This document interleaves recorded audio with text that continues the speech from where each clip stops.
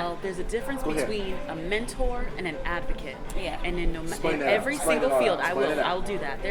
In every single field that you are in, you need both.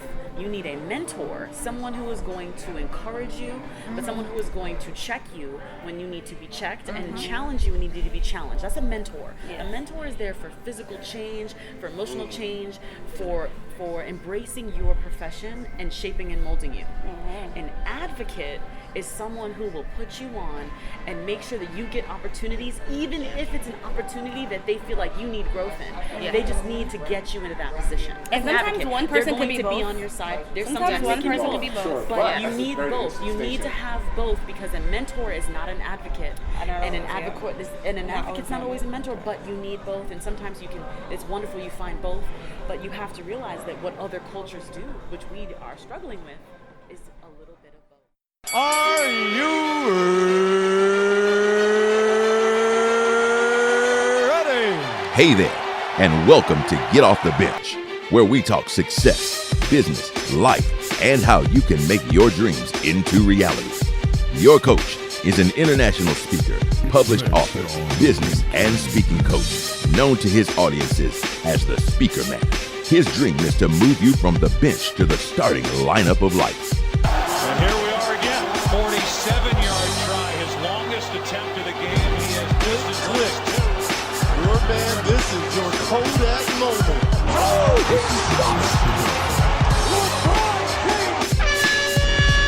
Hey, did you hear that?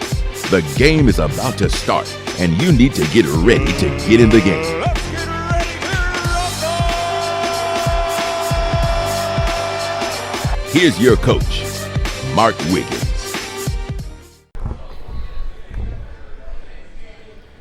Five, four, three, two, one. Hey everybody, it's me, Mark Wiggins. Welcome to Off the Bench with your host, Mark Wiggins. I'm here in Las Vegas at the Hard Rock Hotel. And you know, if you follow me long enough, you know I'll talk to anybody about anything. So hanging out by the pool today, I run into these three young, strong sisters, and we're going to have a discussion about Black Girl Magic. Amen. So as you know, I don't do bios, I don't do intros. We'll go around the table. There's three of them here, and we're going to start with Gabby. Go ahead, Gabby. Tell me about who you are and where you're from. Hi, everybody. I'm Gabby. I currently live in Chicago. I'm a software engineer at Microsoft. I specialize in STEM education. And you can follow me and my projects and what I'm currently working on at Noeshi Codes on Instagram and Twitter.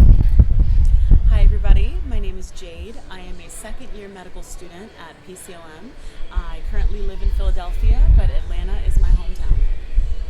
Hi everyone, this is Juliana. I just graduated from law school, so I'm a new baby lawyer. I just took the bar exam, so I am the attorney here. All right, so there you have it. We got Black Girl Magic at the table. These young sisters kick it.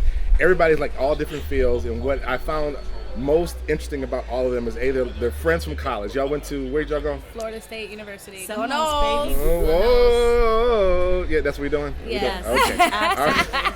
So quickly, tell me about your time there at FSU and how y'all became to be friends. That's Take spicy. this? You wanna take this? Spicy. Well, you want to take it? We met Just at a generally. party. Yes, there you go. And we got to know each other from there. We just kept seeing each other over and over at different parties, and we just kind of noticed that we were all on the same wavelength. Like, we all wanted to have fun, but we also were serious during the week. We were in the library studying, but on the weekends we just enjoyed having fun, and we kind of just all were on the same wavelength, like I said before, and that's just where we became friends.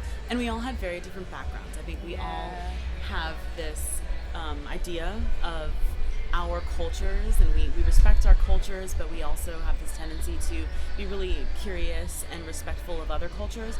And anytime we get to meet someone new, we want to incorporate them and get to know about them and what their interests are. So we all did that together, and that's one of the reasons why we bonded so well. All right, so now there's one more missing, right? There's four of you all, right? Yes. You want to give a shout out to your girl? Our beloved Abby. She's also a new baby lawyer. She just finished the bar exam along with Juliana. Yes. She's somewhere getting pretty for us. Yes. But that's our girl. Yes. She definitely fits into everything that we're going to talk about today because she's been a part of this Black Girl Magic we have as a group for sure. And we were all born in New York. all of We y'all were born in all New York? born in All New of York. us were born in New York, but our trek to becoming undergrads at Florida State All was were very different different. But we ways, yeah. all were born in New York. Yes. That's crazy. Yes. That's crazy. And again, you're all in different fields. It's awesome that y'all Yes. became friends and now lifelong friends and besties and kicking it. So let's talk about this whole Black Girl Magic. What was it like for you in high school? Because I'm figuring y'all all were nerds. Yes. Straight up killing Yes. the curve on the We were graded honors curve. and AP. Honors and AP. Y'all were AP. Okay, Y'all, yes. everybody, you would. So what was it like in high school for y'all to be I this? think so. Honestly, I didn't enjoy high school that much. wow. I feel like in high school, I didn't really like know myself. You know, I spent a lot of high school trying to be other people, or like, oh, I like this person, I want to be like her. I was in like AP classes, and none of my friends weren't, and that was more like my mom, you know, like whoosh, like on me, and I appreciate her for that. Like I didn't know, but it's like going to a PWI for high school. It was very much like in the classroom, I'm competing with all these kids who have all these resources to do whatever, and then outside the classroom, I'm competing, you know, with other girls who I feel like had better personality than me. So I don't feel like in high school like I was super secure in who I was as a person because I was still figuring it out. I had good grades, but I feel like high school was just a time I never want to go back to, ever. Oh wow. Okay, Same. I had a very different experience in high I wasn't school. with it. I mean, so my high school, I'll tell you my experience and then I'll give you just a little bit about it. So I was involved in a lot of things. I did powder puff, so I was flag football as a wide receiver on the flag football team for 2 years, varsity. We went undefeated for 2 years. It was great. Damn. Is that But fact? that is a fact. That's a fact. But I did chorus. I was the editor of the yearbook, so I tried to get involved in as many different things as I could in high school, and I feel like my teachers were really supportive and kind of pushed me, and I had this really good anatomy professor. And I remember distinctly the point at which I remember saying I liked medicine and I liked science. We dissected this cow eye, and inside of the eye was this retina, and it was this beautiful translucent blue purple, and that was what allowed the cow to see at nighttime. And that to me was, in high school, that was my first exposure, so that's how I knew. My anatomy professor was kind of like, you're really taking an interest to this, you know, let's talk about career options. That was the first time that AP anatomy was like, that was it.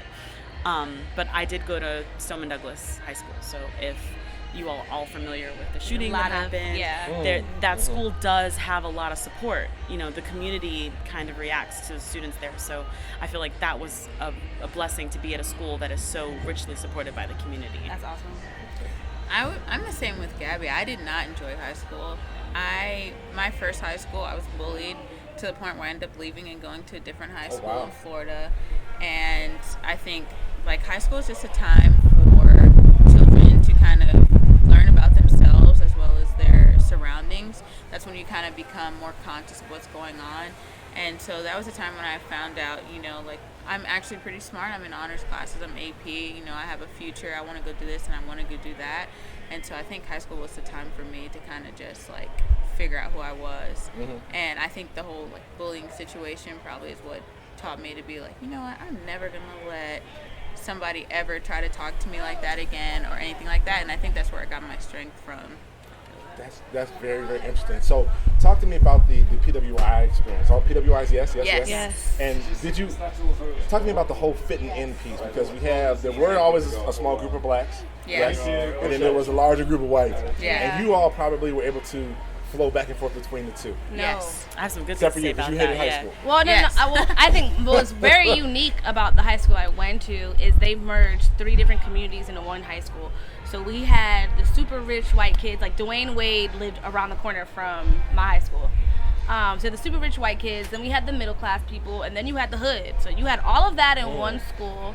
And I always say my high school is kind of like Mean Girls. If you ever seen Mean Girls, there's a point where she can draw a map and say this group of people sit here, this group of people sit here, and it was just like that in high school. And I feel like, so on one end, you know, all my classes were, you know, white people. I was the only black kid in a lot of my classes, and they would just say things to me that made me not want to be around them. Like, oh my God, you're so pretty. Like, you're going to be an NFL wife one day. And it's like, first of all, that's all you think, you know, like, my brothers can amount to, you know, like, my future husband, that's the only thing he could be, A. And then B, it's just like, we didn't connect on anything. And they just said a lot of dumb stuff that I was like, I don't want to be around this. I think, like, for me, my first racial encounter, I was 5 years old. And it just kept coming because of the different environments I was in. So it was like I would walk out of class and naturally gravitate to the people that looked like me. They weren't necessarily in my classes. Right. I'm not saying they weren't as smart as me, because they probably were. But, you know, they grew up in communities that weren't pushing them to be in the classes that I was in, didn't make them feel like they could have that. I feel like if it wasn't for my mom, I wouldn't have been in AP and honors classes, truly. So it's like I would go in classroom and I don't want to say hate everybody, but I was like, I can't stand y'all. And then, you know, go amongst my peers. I fit in outside of my everyday class and everyday people I talk to. So Yeah. Oh, gracious. What about you? I had an eclectic experience. I'm not gonna lie. So because I was at a PWI, give you a little statistics. I'm PWI statistically is, for those who listen and don't know what that is. predominantly white institution. So my high school, we had a graduating class of 755 students. We had a large high school, and my class had 55 of that 755 was roughly black. So my experience was the only girl of color in my class, the only black girl in my class. However, there were other women of color that reached out to me, and like we kind of formed a bond. So my experience, I always had a friend that was of the Asian diaspora. So I had Taiwanese friends, I had Chinese friends, I had friends from Japan, or I had I think the thing for me was understanding that different cultures can all coexist, and we kind of find each other, the minority groups. I had a friend that she just moved from Colombia, and I spoke Spanish almost fluently at the time because I took Spanish for quite a long time. So I kind of reached out to her in Spanish because I wanted to practice, but she was like, you are the first person who's reached out to me and spoken to me. And this was in 8th grade but we went to high school together as well. We actually went to Florida State as well together. Her name is Sarah. So she's Colombian, and she reached out to me as saying, you're the first person to speak to me at this school. And the only reason why I reached out, because I was like, hey, you speak Spanish, you know, this is interesting, I want to learn about it. Like, can I talk to you? Can you help me with my Spanish? And if you're learning English, like, I'll help you with that too. And so we helped each other. But I had that where I realized that, you know, we, especially women, as women of color, were naturally drawn to each other. So I got that experience in high school where I wanted to form that network. I wanted to form that support system. I knew I wanted to be surrounded by women of color from a very young age. I remember being invited to one of my Indian girlfriends. She had what's called a Bharatanatyam Arangatram. It's a dance ceremony that they have. It's kind of like, imagine like a quinceañera or like a bat mitzvah, but it's a 4-hour dance ceremony. And she had this like wonderful food afterwards. But just being introduced to those kinds of things early on, I kind of realized that minority women, we suffer very differently than other individuals. And to some degree, I've spoken to them, and we've kind of all agreed at the fact that when we excel, it's looked at as like this exception.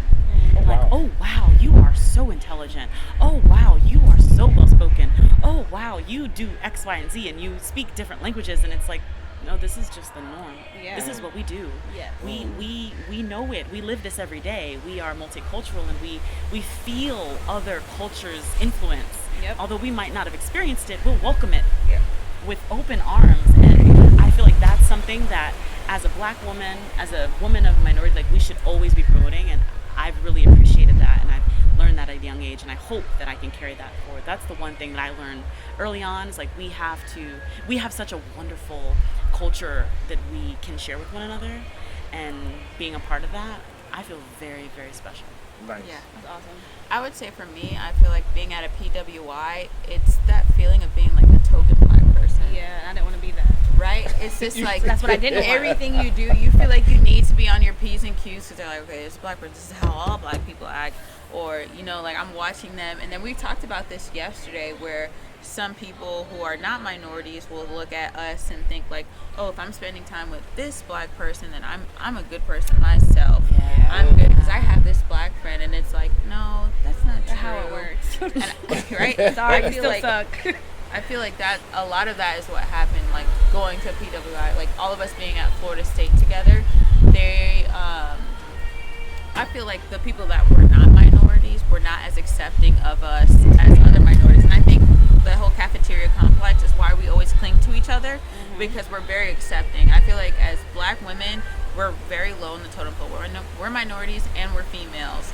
And I feel like we are very accepting of other people because we know what it's like to be down so low, and that's why we accept other cultures. And so I feel like going to a PWI, it was just for us, we wanted to experience a bunch of other people, but for other people, it was like we were like an experiment. Like, what are they like? What do they do? How do they talk? Are they nice? Oh, she's not angry. Oh, wow, she's actually really friendly. Wow, look, I have this friend, you know, kind of thing. This one friend, this one black. I have this. Wait, did you ever get the? Like the quota.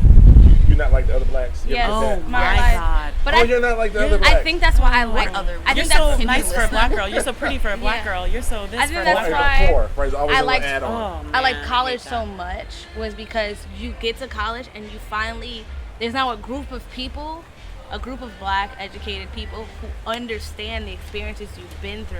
Yes. Because in high school we're all so dispersed. And Yeah. then we all get to college and it's like, yeah, we're still small. We're smaller, the smaller population at FSU, but now there's way more of us that understand my experiences of why I'm hesitant to like go to these white fraternity parties, or I'm hesitant to go do certain things because you've lived We're my like a trophy experience. to them. Yeah, like a like, medal. Like, you look lived- at me. you I've lived- now, literally have I lived have my a experience. black friend. I've been with a black one before. Like, check on my bucket list. Like, look at how high I am in stature and in society because of the fact that I have black friends. It's like, I'm not racist. I have black friends. Like, pause. All right, so we talked about the high school experience, and we talked about, and I can connect with you on that high school experience of going to a predominantly white high school and being not just the other brother, but the athlete, the high level, high performing, high visual athlete, and flossing between athletics, band, you know, and doing that. You know, you were like the super Negro. Yeah. Like you did all different stuff, but you know what though, I found like that it prepared me for what was really real. Yes. Like you have to. I love people go to HBCUs, no knocking or whatever. Again, people ask me, well, why didn't you go to Alabama A&M? My answer, they didn't give me no scholarship money to play. Hey. Yes. However, I was able to, from my environment, I had some great friends, but I learned how to flow in that environment. Let's be clear. Not lose yourself, not become nobody else, Yes. but there is a flow to that. And I think sometimes our other brothers and sisters don't know how to get there and how to operate in that system and then take it over. Yes. Right? And I don't get that sense from you all. I feel like y'all Positively influence. positively influence, educate, change. Yes. You have to be in the game. You can't change from the outside. Oh, we ain't going that way. Why? We need you there. Yes. We need you in that school to help change Start minds. those conversations. Right. If you're all coming across as doctors and attorneys and engineers, the non-traditionals that we don't flow in and dominate, Yeah. they need to see that. But this is, but what I will say is one of my favorite things about FSU is like we had a lot of black people doing stuff. Yes. Like we went to a competitive school, not in a bad way that like you're competing to be like the best black person, but competitive in the sense like who is in what positions, who's doing this. Like we have people in SGA, we have homecoming princesses and princes that are black. And I mean, to be honest, I think that's a super dope thing. But at the end of the day, I also attribute it to the fact that FAMU is right there, and it's a lot of black excellence at FAMU, and I feel Sure. like a lot Sure. of that culture Absolutely. came over Absolutely. to FSU and is allowing us to make that change, like you're Yeah. speaking on. FSU and FAMU are like a binary star. They revolve around one another, and very much so they exist. They cannot exist without one another, and I think that the black experience of both of those universities depends on one another. Yep. So that binary star, that energy, that relationship is absolutely vital to the culture That's that they a share. very, very unique concept. I love the way you said that. That binary thing. Well, what I did, you know, my white school here, black experience across town. Yeah. And when I wanted black experience, you know, I went across town. Yeah. Yeah. To hang out. But when, you know, I'm in my school. Yeah. Again, I mean, even pledging. You know, as a captain, I got an AK in the Delta with me. That whole experience there, my whole my exposure to Black Greek. Yeah. Wasn't party. My exposure to It's Black never- it Greek should never be. was a suit, a tie, running SGA. Yeah. Being a lot of Exactly. engineers. Leadership positions. I was like, you know, I want to be a part of that Yes. thing. Yes. The other part thing is good until you graduate and you do other Yeah. stuff. But for real, we're all about some education and growth stuff. Yeah. We're about helping young black whatever's get to the next level. So Yeah. you see it differently, I feel. Yeah. At that. I didn't have the homecoming experience, although I was homecoming king for the record at the white school, right? Awesome. But it ain't the same as going to homecoming A&M. It's Yeah. not. But I'm okay with that because the rounding of it all. Yeah. The rounding of being able to now situate in any situation that I'm putting me in, I can fluctuate, not lose who I am, Yeah. handle my business as a black man, and still be able to deliver regardless of what it is. I've seen people struggle Yeah. doing that. trying to come in, and thereby makes people reluctant to hire people from black schools. Yes. No knock. I'm glad they're there. I appreciate all of that. but sometimes they come out one-dimensional. Yes, There has to be I a think balance. that's why we chose going to a PWI, is because of the fact that we wanted to show that we're able to excel in an environment that is diverse from our own, to show that we can integrate kind of thing. And like, not saying that people from HBCUs can't, but I know we had this discussion where, like, as far as undergrad, we felt that going to a PWI was more important, and then going to HBCU for grad school was something we just find because Fine-tuning. Yes. Experience, right. Yep. And And vice I- versa. They go HBCU and they go PWI for the upper level Yeah, degrees, just- advanced You need to degrees. hit Exactly. both. Like, And I think get that's the best of yeah. both worlds. And I didn't think get a an lot of advanced people degree. do that. They Yes. really do. Get Yeah. the experience. I didn't get an advanced degree. I got my 2 undergrad degrees and moved on. But I see the value in having, that balance piece. Yeah. The Mine just thinks diversity. differently. The diversity, right. The able that, because I think as far as the professional world, the ability for anyone to relate to multiple people, to be able to conversate with people from different backgrounds, the versatility is what makes you valuable as an individual. If you're someone, I can only talk to this one group, I can only connect with this, I can only excel in this one group of people, versus like I can communicate with people from different backgrounds. Because when you get clients, you're getting clients from all different types of backgrounds. So Right. you need to be able Right. to communicate with them. You need to be able to not necessarily relate, but to sympathize, to build a relationship with them. And I think that's just one thing that we got from going to PWI, is the diverse background, people that were different from us, people that were going to show us things that we just never knew before. I think there are so many things that we saw at a PWI that we're like, oh wow, that is so different from our culture. Absolutely. Like, I didn't Right. expect that, I didn't know, and it kind of just opens your eyes, kind of thing. And I think that's where the value I got from it. I think I got a lot of value out of FAM, going across the street to FAMU and experience at HBCU. They experience things that we probably don't experience. It's all about culture, but just kind of, I think the PWI experience definitely helped me become more well-rounded. All right, so let's move past we graduated college. We're now working in a medical school. How does that experience that you had and the knowledge you have now in male-dominated fields, Yes. all y'all All are of us, male-dominated yeah, fields, Absolutely. trying to cut your path, cut your teeth as a woman, as a black woman. Yes. How is that now translated? How you doing? Okay. Wait, no, you can go first. sure? Yeah, you can first. I think so. Like not knocking them. They went to school first or whatever, and so I feel like when you're still in a school environment, it's not as much pressure versus when I started working. It's kind of like I jumped right in, and like the majority of my team, especially tech, is white males. Not even like male dominated, it's just white males, and it's like hard to find mentors that related to me, find people that were rooting for me. And I actually have a mentor. She's also a black woman, and she told me that someone on my team, they were trying to put people up for a different, like a special project, and she put me up, and they were like, you're only putting her up because she's a black woman. And that's frustrating, because it's like, why can't we root for each other without making it seem like it's biased? Why can't we get any understanding? And so I think my best manager has been a black man, because he's understood my struggles. He has truly seen, like, this is how people will look at you, and this is how you get past that. So I feel like it's been a roller coaster of, sometimes I have people who are super on my side, sometimes I have people who say they're on my side and then they're not. I've had people who completely doubt my intelligence, that I know what I'm talking about when I go to tech conferences, when I deal with new clients, who completely dismiss me. And I've learned that it's been a humbling experience to really just go into a room, and you can't act a certain way, or I can't defend myself without being seen as the angry black woman. That part is very frustrating. So it's been humbling to find a way to come at people and just being like, look, this is what you asked for, this is what I did. And not only did I give you A work, I gave you A++ work. And you're not going to get this from anybody else. And it also goes back to the concept of, like, my A+ work is somebody's C+ work, but they're going to get better promotions or better opportunities for their C+ work just because they don't look like me. Yeah. And that can be very frustrating. Yeah, I feel like the PWI experience, like we were talking about this earlier today, it makes me feel like I can do anything. Like the fact that I've succeeded in so many different areas where I wasn't supposed to succeed, and where there were so many forces against me, and I did succeed, it makes me feel like I can do anything I want to do, and I don't care what anybody says.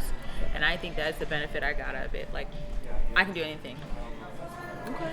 I'll say that for me, I'm still in school now, so I'm learning how to navigate a male-dominated field, but I'm also realizing that because healthcare is a helping field, there is a lot of switch to understanding that we need physicians who can represent vast, diverse patient populations. So I will say that I am in a dynamic environment right now. I'm a part of a change. So my job as a medical student right now, since I'm not practicing, is outreach for high school and middle school girls. So right now, that is my biggest push, is that I want to show them, 1, that they can succeed, 2, that they can be here, 3, that physicians look like you. Yep. And don't ever think that just because you go to a physician's office and you might not see someone that looks like you, it is absolutely possible for you to be there. And it's not out of reach. It's not something that is unheard of. And for my environment, when I bring that to the table as a potential resident applicant, I hope that that's something that they look at. However, I know that as a physician, that has to always be my object of my patient base, making sure my patients feel comfortable. And the only way I could do that right now is just making sure that young Black women see me and understand I can do that as well. And I want to serve as that motivation. I agree, and I think that, so I live in Chicago, and sometimes I go to schools in Southside, and like talking to these students, they literally have no concept or no idea of what they can and cannot do. And so I went to a school, and literally every period that came in, I just had a discussion, like an open table discussion, and I was like, do you feel like you have the things you need at your school? And they were like, no. You know, do you feel like, you know, what jobs do you feel like you'll have? And some of them are like, I don't even aspire to go to college. Some of them are like, what is college going to do for me? And literally, like, I was telling them, like, you know, you could have the job that I have and you don't even need a degree anymore. And they don't know that. Like, the Black communities are not set up to understand the different roles and positions that you have. I mean, I didn't even know what engineering was. I only got into computer science because I was like, it's math based, I like math, bump it. But I didn't know the job I could get until I got my job. Wow. I went through elementary school, middle school, high school, college, coding as a hobby, thinking like, oh, it's just something cool I can know how to do, not knowing like that's a full-on job. And I think what she's saying is like, people don't know like you're smart enough to make it in the medical field. You're smart enough to be a lawyer. You're smart enough to be an engineer. Like, you don't got to work at McDonald's your whole life. You know, you got to be no offense to CNAs, we need CNAs. But I feel like people, we're targeted for the easy way out. We're targeted to be athletes. We're targeted to be at the lower paying jobs. Entertainment field. Yeah, yes. like we can't be anything. Right. You can't be anything unless you're an athlete in entertainment or unless you're in the lower half of the economy and struggling, and that's not okay. Yeah. And I will add one more thing about, you know, being in a predominantly male field. I have had mentors that are Black females, and I have mentors that are white males. And I think in a male-dominated field, you have to walk a very thin line between understanding that you need to make that change because it's going to fall on our shoulders. Yeah. Like, we have to make that change. If there's going to be a couple glass ceilings that I break, I have to be prepared for that. However, don't forget that there are people that still have a wealth of knowledge and want to help. Mm-hmm. And I think that there is a good balance because there's a lot of things about just kind of letting your merit do the block and the talk that some of my white male mentors have kind of passed down to me and showed me like, hey, it doesn't matter what you look like. You really can. As long as you show them, this is what I can do. This is my resume. I'm letting my resume speak for itself. I speak 3 languages in working proficiency. I make sure that my patients are well taken care of. I care about community health, and I am an excellent procedural XYZ. Whatever that is, there is kind of this carelessness for the structure and the infrastructure that some white males have appreciated that they can pass down. Yeah. So there's some things that you have to balance those mentors and make sure that you're kind of getting tidbits from everywhere. Yeah. And that's all I'm saying is that once you kind of experience both sides, then you can kind of tailor your own unique mix. Yeah. The lane that you want to create for yourself. I feel like when I see the male-dominated world, to me, it's like I'm gonna go and break that world up. Whenever I see situations, areas, or places where like there is no diversity, you don't see anyone that looks like me there, I'm like, I'm gonna go there. I'm gonna go there and I'm gonna break ground and I'm gonna bring everyone with me that I can, kind of thing. I think, especially like Abby was saying, speaking with people like younger students, I had the privilege of talking at the state capitol and talking to younger students about justice, and when they see someone that looks like you or looks like them in an area where they want to be, it lets them know like you can do it, and I'm here for like you. Like I said, you can do anything you want to do. Like, don't let anything with you. If there's like this system that's working against you, you work harder. I think ever since I was like in middle school, I've been told by my family members, like, you need to work twice as hard. Always, my And whole so life. that's what I did. I worked twice as hard. They're like, you got 2 strikes against you. Okay, I'm gonna work like I got 2 strikes against me, and I'm gonna be better, stronger, and smarter than everyone else. And I think that's the motivation that made us all successful. Something I challenge y'all to do, because I do this all the time. I just love looking at even black people, white people, doesn't matter. Just act, like, they're like, oh, what do you do? And I really want to be like, what do you think I do? Like, how? What is your what do you that. perceive me to be? Because you see our hoop earrings, you see the long nails. Like, what do you think? What do you Like, think I do? I Like, think even regular when I go to the things. schools, when I talk to kids, that's the first thing I ask them. People be like, "Oh, like you're a dancer, or Nope. you Right. you work at a sneaker store, or like." Right. And those isn't bad. Those aren't bad things. But it's like engineering never comes up, ever. Funny you should say that. And thank you for what you're saying right now, because this, you know, I'm gonna let my daughter listen to this. She just got out and she needs to keep being affirmed about this thing. You know what I'm saying? Whatever the path, whatever the choice, that you are good enough, you are strong enough, and you are badass enough Yeah. to go do what you need to do. Yeah. And I think your point to the conversation is, you know, we say you got to work twice as hard as everybody else. We leave off as grown people, old heads, because you're making a way for somebody else. Yes. Yeah. We It leave takes, that out. I say We all the leave time, that it statement just takes out. one person. If, Yeah, if exactly. everybody We I leave talk that to out. is just one girl, one black girl who's like, I want to be an engineer, I Yeah. talk to 1,000,001 people, and if one black girl says, I want to do what she does, I have successfully lived my life. Like, Yeah. Right. forget the money, Yeah. forget the job, like, I have done everything I've wanted to do in life. Yeah, and sometimes it's scary because you gotta walk that path alone. Like, you're walking the forest, you're Right, clearing the right. branches, but you're making a path, and you look behind you and you see it's clear for other people to start coming. Yes. But sometimes you just gotta have the strength, Yes. the So faith right. to just walk alone and to know that it's with purpose. Right, and it's sad that we still have to do that walk alone thing. Yep. Yeah. But the ones who come behind, kind of like with a snow, y'all from Chicago, y'all understand. The main snow plow goes through, Yeah. but the second, 2, 3, and 4th snow plow behind widens the road. Yeah. Yes. And once you widen the road, it's easier to drive. Yeah. And if we can get out of our own way and say, you know what, I'm gonna go ahead and be the lead snow plow. Yeah. I'm gonna take all of what you got, just enough space so someone come behind you who's a little smarter, who's a little brighter, a little more educated, a little Yeah. more exposed, to make it wider for every other person who looks Yeah. like me to come behind. Then we've done our job. Yep. Yeah. We can sometimes get so focused on just being about us. We gotta get through. We gotta get through. It ain't always about you.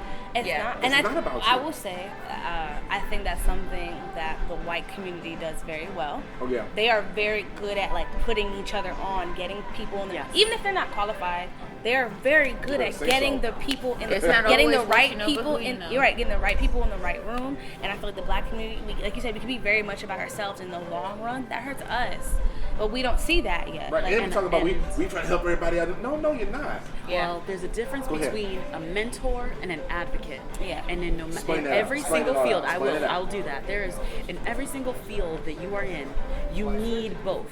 You need a mentor, someone who is going to encourage you, but someone who is going to check you when you need to be checked and challenge you when you need to be challenged. That's a mentor. Yeah. A mentor is there for physical change, for emotional change, for embracing your profession and shaping and molding you. An advocate is someone who will put you on and make sure that you get opportunities, even if it's an opportunity that they feel like you need growth in. Yeah. They just need to get you into that position. And As an sometimes advocate, one they're person going can be to be both. on your side. There's Sometimes one person both. can be both. Sure, But but you that's need very both. You need to distinction. have both, because a mentor is not an advocate, I know, and an yeah. advocate and an Not advocate's not always. always a mentor. But you need both, and sometimes you can. It's wonderful you find both, but you have to realize that what other cultures do, which we are struggling with, is a little bit of both. That We is that need very both interesting. mentors and You advocates. rarely hear the second side of that conversation. Yes. Thank you for saying that, because that's critical. Because when one person usually, maybe both, is an advocate and a mentor. Yeah. But not necessarily, they may not do it, and may not be their role. Yeah. You need somebody who's gonna, like you said, who's gonna train you, check you, Yes. whatever. Like you playing sports, you got the trainer who's gonna help you with your shot. Yeah. That is his job. Yeah. And then you have somebody who's a recruiter or whatever, say, I got an opportunity for you over Yeah. here. Yes. Yeah. And somebody, the coach doesn't want to put you in, but I saw you working. I'm gonna go talk to the coach for you on your behalf, Yeah. based on your effort. Yeah. And Based that's on what on I've you. seen. That's on you as the individual. If Right. you want something, you have to identify, who is this person in my life to me? Are they a mentor? Are they an advocate? Or are they both? And if they're Wow. one or the other, That's a great figure out comment. where I else you feel- need an and advocate. And that's your I feel like I fulfillment and just had that enrichment. experience That's of what having you like need. I just got a new role within my company, and I had a mentor who prepped me for the role, who got me there. And then I found out he's also my mentor as well. But I found out he called my new manager and was like, "You need to hire her because she does X, Y, Z. Yeah. Yes, she can grow here." But like she may not have all the skills you're looking for, but she's when you get her right, she's gonna blow your mind. Like he was my advocate, and I never thought of it that way. So that's a good one. I feel that. like mentors need to be advocates. They need to play both roles. But some people don't know how. But I think because you can if get one or you're, the other, though. if I'm your mentor and I'm training you up, I need to know that my education, my teaching you the skills and knowledge is good enough that I'm willing to stick my neck out for you and to advocate for you. Because I trained you, so I'm not going to train you and then not advocate for you, because then that should be a warning on your part that you haven't trained me well enough that where you would stick your neck out for me and put your name on the line to advocate for me. But So because I feel like we were just talking about, plowing the way and breaking Yeah. ceilings, we might not always have an advocate that's in that high position Yeah. that's able to do that. Our mentor might not have those connections yet. Yeah. And that's not any fault of their own. They're still a good mentor. But they just aren't ready to they be that may not advocate. have And sometimes, that sometimes your understandable. mentor may not even be in your field. yeah, Yes, that's very It may not true. be in your field at all. That's But they're true. helping you but get they're to helping it. you Yeah, because that's very true. That's true. mentoring that Yes. you need is Yeah. not always X's and Yes. O's, if you will. Yeah. It's about personal growth, mental mindset, Yep. development. Yeah. And that person may say, Yeah. I got you, but I can't take you. I don't know anything about law. I Yeah. don't know anything about being a doctor. I don't know anything about being an EE. But I know some folks over here. But on my Yeah, I'm word, gonna put your name out I'm there. gonna put you down. Yeah, yeah. And that's That's what valid. you're That's I'm saying. not in your field, but I met this person that Yes. does what you do, so I'm gonna send you the contact. That's valid. That's I'm gonna send you the So email. yeah, but I think there's a lot to that. It's a great Yeah. conversation to have, and I hope you all continue that discussion. Of course. When you talk to whomever about Yeah. those two perspectives, the advocate and the mentor, Yeah. and what they mean and what they should operate as, because at some point in time, you all will be one or the other. Yeah, You will be one or the other. And I I wanna you be already both. are. And you can be both. I want to be both. Right, because you may get an attorney, but you may ride an Uber and find a young sister who's driving Uber, because this happens to me. I drive Uber. I get all kind of conversations. It's not on your path, Yeah. but needs your insight. Yeah. Needs your Yes. wisdom. Needs your Yes. thought process about being a woman, about being a mother, about being a something, and going Yeah. to get your goals. And you are the only person who can tell them this at this moment. Yep. That I is your did it, job. so you can do it. That is your and job, I feel like there's a right? lot of people where they just need that, like, I don't know if I can do it. Like, well, this person did it, and they're like, well, they did it, I can do it, kind of thing. And so Yeah. many people need to see that. Absolutely. God, y'all talk about this all night. I understand you. I got it. I love your passion. I appreciate you all sharing with me where you are in this conversation. I hope we can have another one, because I would like to track all of y'all and see where y'all go. That's I have a okay. feeling. I have a feeling I'll be reading about you some doggone way down the road. I'll go back to this interview. I was in the Hard Rock Cafe. I met them. Right. Yes. And they was over there chilling. We just start talking. This is what happens when you have conversation with folks. Yes. Had not been for just having a conversation, who are you? What do you do? Whatever. No pretense, no nothing. Yeah. What do you do? Yeah. Because you never know who can open the door or actually advocate for you or be a mentor for you or connect you to something. Yep. I think we as black people don't do that, like you said earlier. Networking. We don't do it. We're horrible at networking Yeah. because we think networking is about me. What you gonna do for me? But networking is not. actually about what can I do for you? Yeah. How can I put you down Yep. and get you to your next level and then go what? I'm gonna cheer for you like I'm Yeah. at homecoming. Yeah. I need you all to be successful for one reason only. I have a daughter, I do a lot of females. I can point to 3 examples Yep. of women who overcome obstacles and done what they need to do in life. Yeah, and I think the thing that connected us a lot with people at families, we all come from kind of the same background. We all come from the traditional background, but we were all able to come out of it. And to be able to show that to other children that are from the places we're from, that are going through the same things we went through, like, you are not your life. You can make your life. You are not what you were born into. Right. You can do anything to change that. You can come out of that. So many of us are first generation. First Wow, generation. really? Graduating college, first Okay. generation, going to grad school. There was no one setting that. Like, I personally didn't grow up in that kind of environment where my family was just like, you're going to college, you're going to go. Me, I went out there like, I'm going to do this, I'm going to do this, I'm going to do that. And sometimes you got to make that way.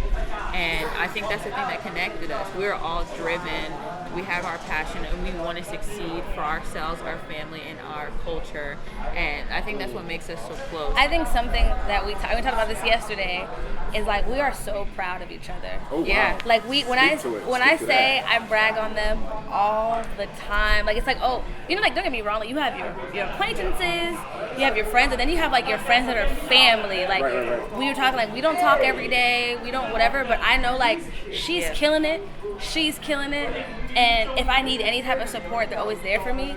And just knowing like when I'm feeling down and I need someone to be like, you're a boss ass bitch, please excuse my language. And sometimes you need to hear that. Absolutely. You hear it just like that. You're a boss ass bitch, you're doing it, you're killing it, and you may not be where you want to be, but you're about to be there.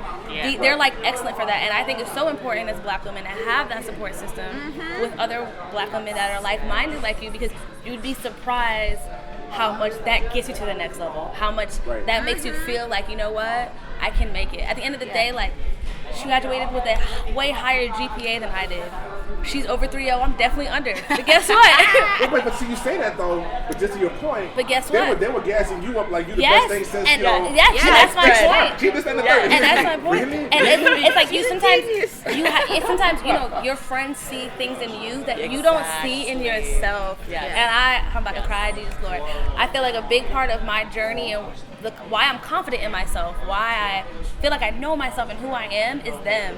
Like they were just so, this is who we are as women. We're comfortable in the skin that we're in, and it was like, I want to be comfortable in the skin I'm in. Right. We all dress different. We all were into different things. We all like different types of guys, but it's like they owned it 110%. Yeah. How many times was it like 11 o'clock at night? We're like, all right, come on, bro. We going to the library. Get up. Yep. Get dressed. We going to the library. Let's go. Kind of thing. Like, I think that's something we're missing in the community is the support. So like uplifting, the like you can do the motivation kind of thing, the praise. Like people, I think some people are like, I don't want to say afraid, but they don't do that. They don't uplift each other. They're not like, bro, you the Let me best. ask this question. Good point. Why is that? Why are we afraid? Go ahead, Doc. Go I ahead, will Doc. say it's not, yes, it's competition. However, we need behavioral wellness, behavioral and mental wellness. Yes. To be emphasized. Explain. In that is encompassed a real, there's two things. There's one, the ability to take things that are out of your control that happen to you and not let those things define you as a person.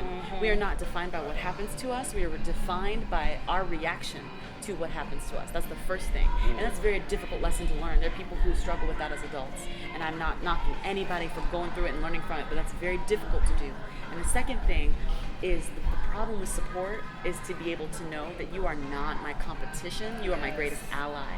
Every single person that I see is an ally, not a foe, and not competition. It's difficult though when you think that there's so few of us that you want to make sure that you get what's yours. And also too, it's difficult to reach out for help because you don't want to feel weak. We were told for so long that we were weak, we were less than. And now to accept that and say, I do need some help somewhere. I was told if you can't do it yourself, what's the point? Like the best way to do it is to do it yourself. But there is so much virtue in asking for help, and we do struggle with that as a community. I think we really do need to do that.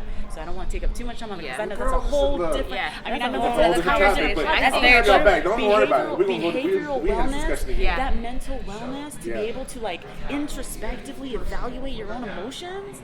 That's intense. That's difficult. It is. I think there's a commercial out that says find someone who wants to take you out and get with that person because it drives you to be better. And I think we're okay. We're finding someone who wants to take that person out, but we're not okay with I'm gonna take you out figuratively, but I'm gonna drive you what should drive me. So it shouldn't be I'm gonna compete, but why we compete against each other? And by the way, if we compete against each other, that's fine too. I'm an athlete. I didn't get better by playing the worst person on my squad. I got better. But by there's a playing difference the first between healthy competition and having like an ego and being like, you can never be above me. Because at the end of the day, I feel like I've met a lot of females that I always say this: I can't be friends with a woman or man who is not confident in themselves and are not confident in their current situation. Because I literally have had women tell me like, you can't feel bad about anything in your life because you got everything that you want, and that's not right. And that's not about me. That's about them. That's about them not feeling confident. Yeah, about them not feeling confident in where they are in their journey. Every step that you take, you should feel 110% secure and safe. It may not be where you want to be, but you should be able to still look at a woman, whether they're doing way better than you, way lesser than you, and still uplift them. And I think that's something I was blessed to to have when I met these ladies is like we are literally all in different phases in our lives, and it's like, you know, no one is looking at me and it's like, well, you're the one who had a job this whole time. Why are you complaining about this? If I call my friends crying because I'm stressed at work, they're not about to be like, well, bitch, you know, I'm in the, yeah, you know, like no one's doing that. Like, but I've had women do that to me. Like you don't know struggle.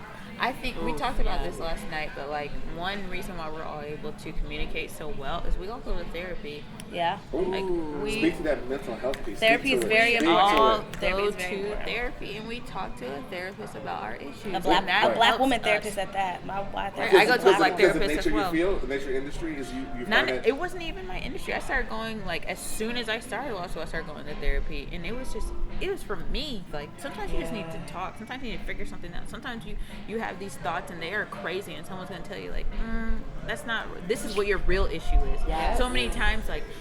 Let's say you get mad at your significant other for not doing the dishes, but really you're mad that they didn't really do this, but you're projecting it in such a different way. And so therapy is I know for me, it taught me to communicate, to identify what is the true issue. Like what's not the secondary emotion that I'm like showing, what is my primary emotion that I am dealing with? And I think the fact that we all go through that is why we're able to like, okay, if I'm upset, I'm not gonna like you said, oh, I had a bad day at work. Oh, at least you have a job. Like, no. Oh, man. I'm able to be like, oh, what happened? Even though, like, I don't have a job, but I know that's my issue. That's not for me to make you feel bad about or to be passive aggressive about. And I think that's a benefit. Me, therapy, go to it, do it. It makes me feel amazing. Yes. That's my favorite thing. One of my favorite things to do is to go to therapy, talk about anything, everything under the sun, and it helps me in my day-to-day life, my relationships, my working life, my just dealing with the world. And I think that's what gives us that leverage to be able to turn around and help other people, to help others, to not feel animosity, to not be angry kind of things. Were you going to say something? I was just gonna say I completely agree, and 110%. I think that here, and I'm gonna say this from a medical perspective, we're treating the illness, the true illness, not the symptom. We need to get away from trying to treat the things that make us angry or irritable or frustrated in the moment and realize what's really afflicting us on a day-to-day basis. Where's it coming from? And I think that's one, once we identify what we're doing that, how we're doing that individually, then we can branch out and start thinking about, okay, what's afflicting the community? Yes, maybe, you might realize that there might be a group of individuals, for example, my grandfather was an alcoholic. His alcoholism was a symptom of something that he was really going through. What was that? Right. What was that issue that he was facing?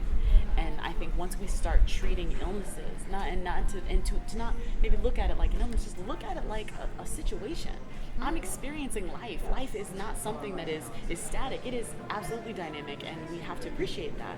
And in doing that, ask for help and acknowledge that you can always get better as a person. I think therapy is a wonderful way to do that. And in every community, there's a way to achieve affordable therapy.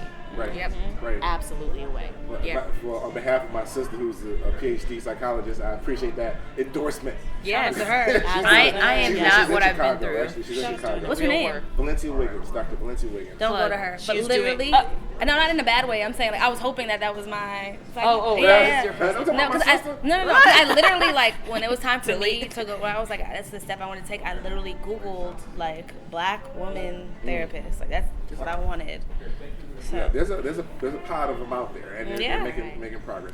All right, so let's wrap this down. 'Cause I appreciate the time. Yes. I know y'all on vacation. It's cool. I appreciate, because I'm in your passion, Pete. Y'all will talk the rest of the night. we would. Y'all don't get it. It is 16 an times. Y'all honor talked to about this be last here. night. It is an honor to be I here. want to be in the talk a conversation from lot. last night. That's the conversation. We have a from lot of discussion. I We bet you all talk a do. lot. We have Yeah, a we lot talk of a lot. Very, discussion. very fruitful. And you know But what? thank Keep you. that up. Thank So you. here's the question. My question is, where you are in life, what do you do daily to stay in the starting lineup of life? You're in competition mode, we're talking about getting off the bench, which is my thing. Get off the bench and get in the starting lineup of life. So I'm going to ask each one of you to answer the question, what do you do daily to stay in the starting lineup of life? And we'll start with the attorney because you're all ready for closing argument. Go. I'm ready for closing argument. Me, it's a number of things, but one, get up. Get up in the morning, get out of bed. I'm up early. I try to get up. I try to beat the sun. You have to start the day early, and you have to start it on a good note. Whether it's music, whether it's meditation. For me, it's a mixture of things. Music, meditation, my coffee. I need my coffee, my prayer, and I have my day set out. Scheduling. Yeah. You have to know what you're doing, so you tackle it. A to-do list, so you can cross it out and know this is what I wanted to do today. This is what I did. And there's this, for me personally, there's a feeling of crossing my to-do list out and knowing this is what I did. So Yeah. get up, get out of bed, make your bed, brush your teeth, get your day started. Don't linger in bed. Don't wait till 10. If I sleep till 8, that's late. I slept in. Like 5 a.m., 6 a.m., get up. She's on her own with that. Okay. I'm up. I gotta get up. Go ahead, What's your- Jolie. So mine is literally waking up every day and reminding myself, you do not know everything. If you are the smartest person in the room, you're doing it wrong. But at the end of the day, I feel like the most successful people are the people who are still willing to learn what's to come, what there is out there. Especially in my field, I feel like tech is forever changing. And if I stay stuck or stay stagnant in the technology I'm focusing on, I'm not going to move with my industry. I'm just going to get left behind. But it's not always just about work. It could be just about life, lessons. This one over here knows everything. So she's always giving me a new fun fact. So it's just waking up every day and reminding myself, like, you got to learn something. What did you learn today? Like, what did you learn yesterday? What can you learn today? Giving a fresh mind to being open to learning, to new cultural experiences, work experience, things like that. Yeah, being a sponge. I like that. Being a sponge. Doc, let's go. All right, from the doc. Okay, pre-doc. Okay, so You won't claim it. I'm gonna put it into two Self-fulfilling things because it's really prophecy. difficult to come after them. But two things: we got assessment, we got adjustment.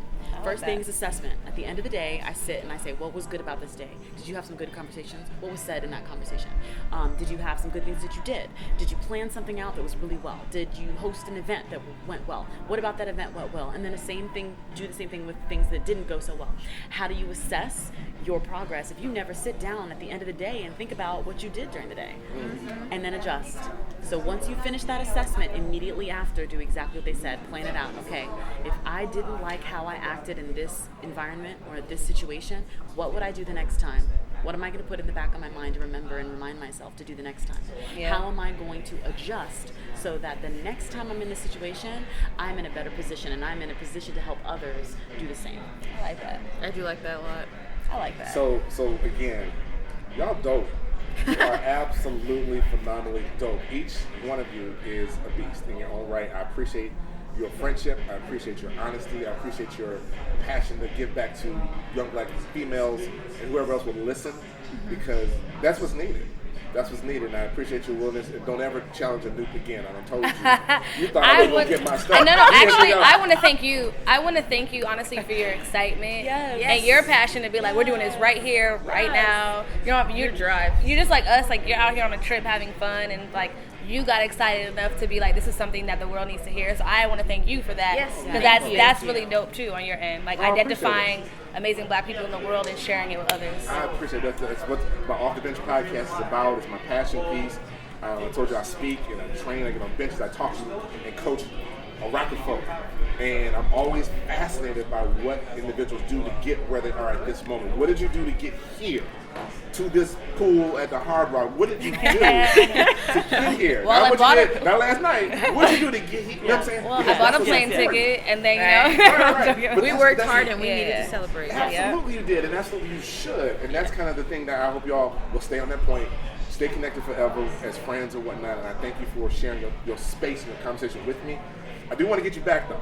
Yes. I have a feeling there's more I need to get into a topic, or if you feel like something you want to talk about, Absolutely. specifically, call me and I'll put on my little platform and put out to wherever it is. Okay. And y'all just get it out there, and I appreciate you. Okay. So, as always, thank you for listening to Off the Bench Live with Mark Wiggins. And remember, if you can reach your dreams with a step ladder, then they're probably too low. I'm out. That was hard. Thank you for listening to Off the Bench with your coach, Mark Wiggins. Be sure to like, comment, and share this podcast, and follow us on Facebook, Twitter, and Instagram, all at SpeakerMan87. And be sure to use the hashtag #GetOffTheBench to let Mark know you're listening. When it comes to success, only you can give yourself the permission you need to have the success you desire. Now get off the bench and get in the game.